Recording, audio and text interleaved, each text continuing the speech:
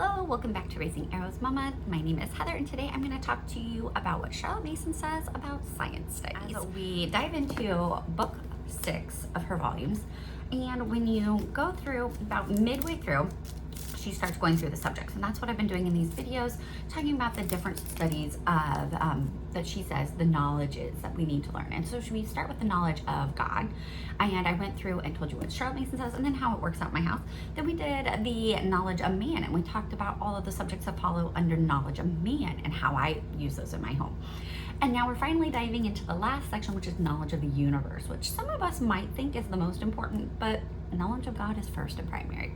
And I do not disagree with Charlotte on that. So in the knowledge of the universe, we have kind of a weird, we have science, geography, and like handicrafts and physical development is what it is. And so, yeah, it seems like an odd section, but those are the things that are universal. And so today we're gonna start with science, which I'm trying to see what page it starts on. If you have your book, is page 218 in volume 6. And there are some really great nuggets in here. What I love is that Charlotte Mason keeps it very simple and tries to say that textbooks are not the end all to be all. They are not the thing that are going to help our kids learn all about science. They actually kind of take our kids and separate them from the sciences to an extent that it's not something they're connected with, and that science should be something you are connected with. And so I love how she goes through and she shares some of her thoughts. And here's the basic gist of what she says science studies should be is a linking universal principles with common incidents of everyday life in such a way that interest never palls. And she says that it should first and foremost be a literary study.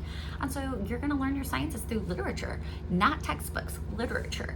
And we Americans especially will balk at that idea, because what in the world? You can't learn science. I had somebody comment on one of my videos that nature lore is evil. I humbly disagree, because there is so much you can learn in your literary science readings, and I have seen it firsthand with my kids. And so if you've watched any of my science videos, because I have several, go back, check them out. I have several science videos, and they're all literature based. If nothing else, we read the book, because while we can do a lot of these things firsthand, some of them we can't, some of them we can find a video, sometimes we can do the experiment, but we can all read a story. So we start with the literature, and then we go on to our everyday occurrences and things that happen in our ordinary life. And she gives some book examples going through those. And if we go by form, which is what I'm going to kind of do here, because that's how she does it. Form 1, they are going to read nature lore, and they are going to go outside and be in nature. If they can journal or make a nature study of it outside, then great. That is awesome. There's a bigger breakdown of all these different components that are part of it, but she doesn't go into that here. That is in a separate book and a separate video, frankly, that I've shared before. So I'm not going to go into all that. But one of the books that she recommends is a book that I still use today, 100 years later. These are the Eyes and No Eyes series by Arabella Buckley. And my Form 1 students read these. I think all but my oldest has read them because we had found Charlotte Mason when she was in the Form 1. And I love them. They read like a story, and they tell about the different things. And these particular copies are from Living Book Press and have these beautiful color photos in them. And they're phenomenal in artwork. But my girls love them. I'm missing one of them because it's on the kids' shelf. So my second grader, she read something different last year. And so she started with this year. You kind of have to know your child and their reading abilities. I like them to read these independently. So once they're confident at reading independently, that's when I hand them these, which is usually around 2nd or 3rd grade. And the reason is because they're so good, but they're written at a level that they can do it themselves. And so she just finished this one and started book 2.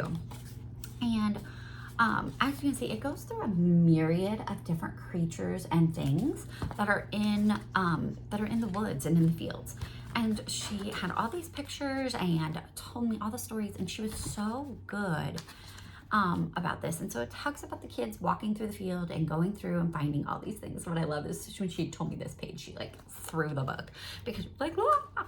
She didn't want to look at the picture. And I had the kid before her who read it, had to read it with a Post-it on the picture because it scared her. But that's because it became so realistic. And so they were able to tell me all the stories and tell me all these things about the different creatures.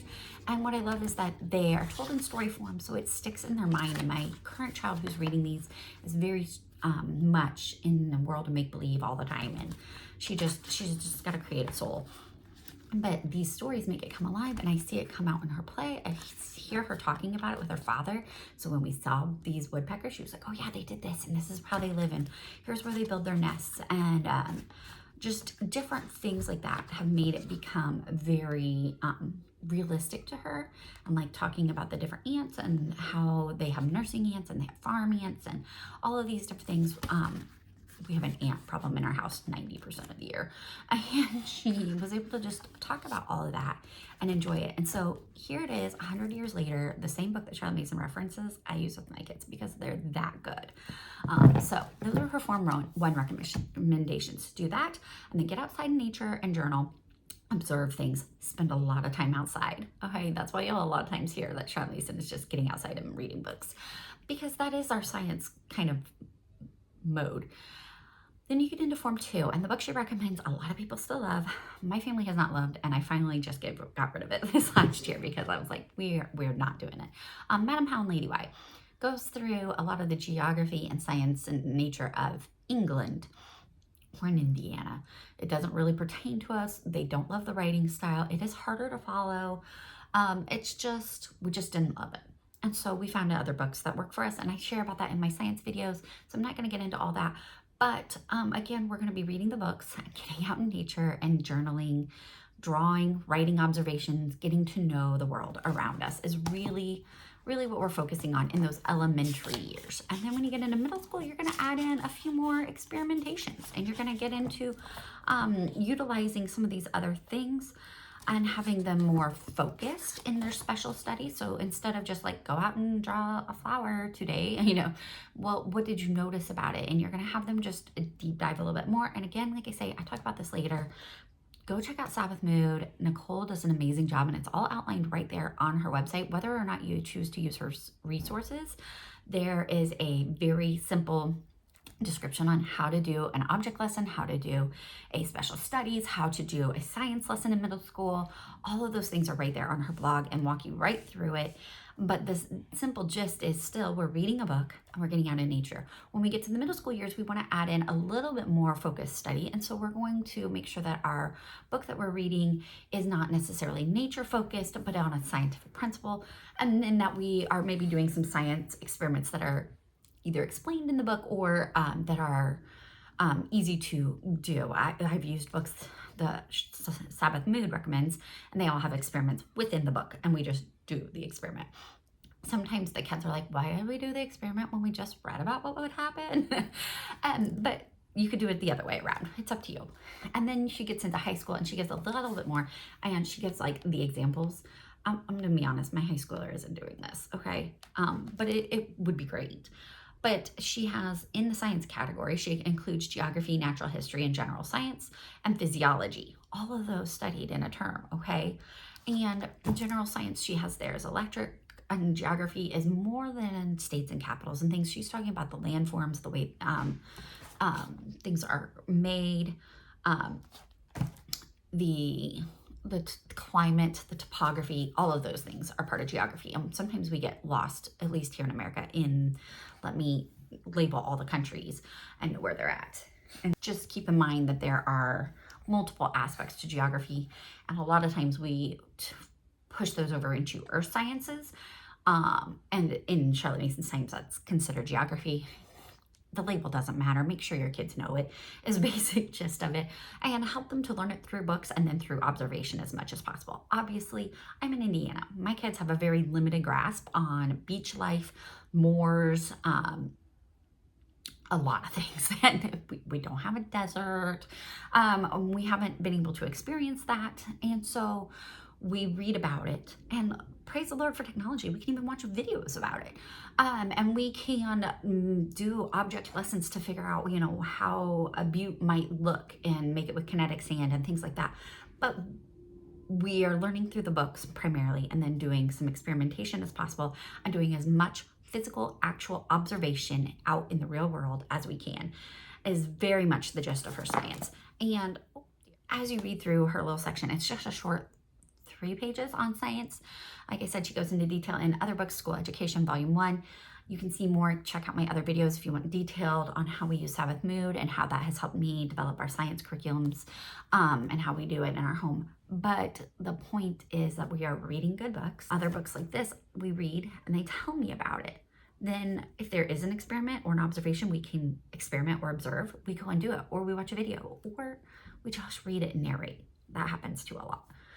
The point is that science should be applicable during the young years. It should be things that they know, that they see, that they observe around them, and bringing that to life and helping them to find understanding both through their own observation, but then the story helps give the things that maybe they can't observe, or due to time, due to location, or whatever it may be.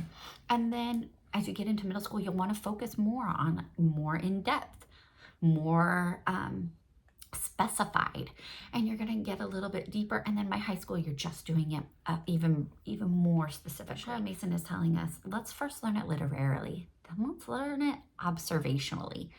And that is what science is supposed to be. It is supposed to be the things you observe, the things you know that you can test and see and touch. Well, some of them you can't touch, but you know what I mean. And so that is all she's trying to tell us in this science section is, don't skip out. Don't go for the dry textbooks. Make it come alive for your child. Make it applicable.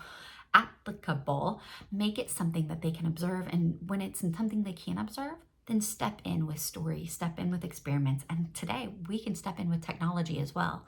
And you start with that kind of basic knowledge, and then you just get deeper and deeper and yet broader and broader as you go. So thank you so much for watching. If you have questions about science, please don't hesitate to ask below, but also check out my other science videos.